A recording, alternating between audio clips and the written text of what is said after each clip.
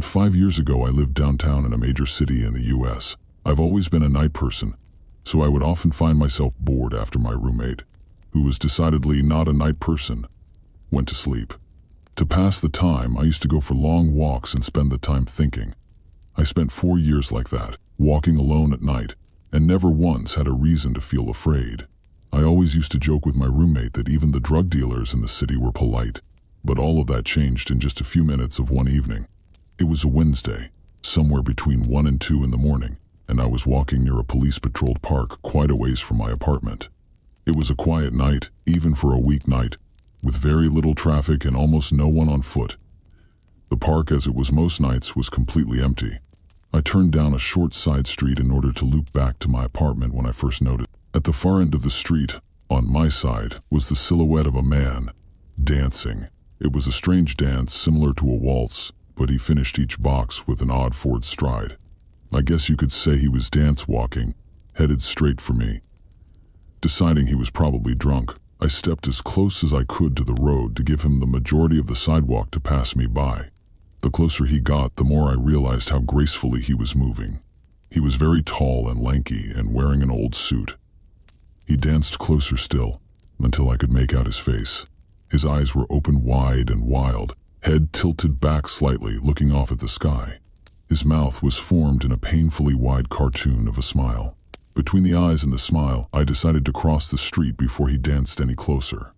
I took my eyes off of him to cross the empty street. As I reached the other side, I glanced back, and then stopped dead in my tracks. He had stopped dancing and was standing with one foot in the street, perfectly parallel to me. He was facing me but still looking skyward, smile still wide on his lips. I was completely and utterly unnerved by this. I started walking again, but kept my eyes on the man. He didn't move. Once I had put about half a block between us, I turned away from him for a moment to watch the sidewalk in front of me.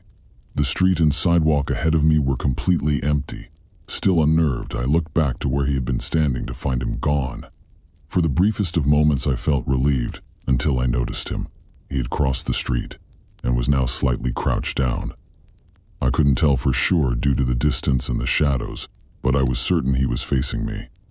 I had looked away from him for no more than 10 seconds, so it was clear that he had moved fast.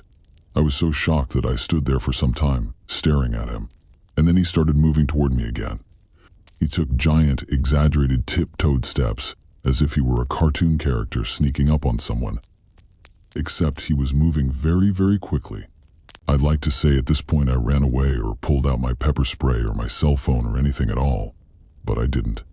I just stood there completely frozen as the smiling man crept toward me, and then he stopped again, about a car length away from me, still smiling his smile, still looking to the sky. When I finally found my voice, I blurted out the first thing that came to mind. What I meant to ask was, "What do you want?" in an angry, commanding tone. What came out was a whimper. What the few. Regardless of whether or not humans can smell fear, they can certainly hear it. I heard it in my own voice, and that only made me more afraid, but he didn't react to it at all. He just stood there, smiling.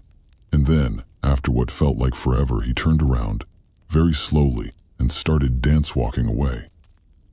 Just like that. Not wanting to turn my back to him again, I just watched him go, until he was far enough away to almost be out of sight. And then I realized something. He wasn't moving away anymore, nor was he dancing. I watched in horror as the distant shape of him grew larger and larger. He was coming back my way, and this time he was running. I ran too. I ran until I was off of the side road and back onto a better lit road with sparse traffic. Looking behind me then, he was nowhere to be found. The rest of the way home, I kept glancing over my shoulder, always expecting to see his stupid smile, but he was never there. I lived in that city for 6 months after that night, and I never went out for another walk. There was something about his face that always haunted me. He didn't look Drew.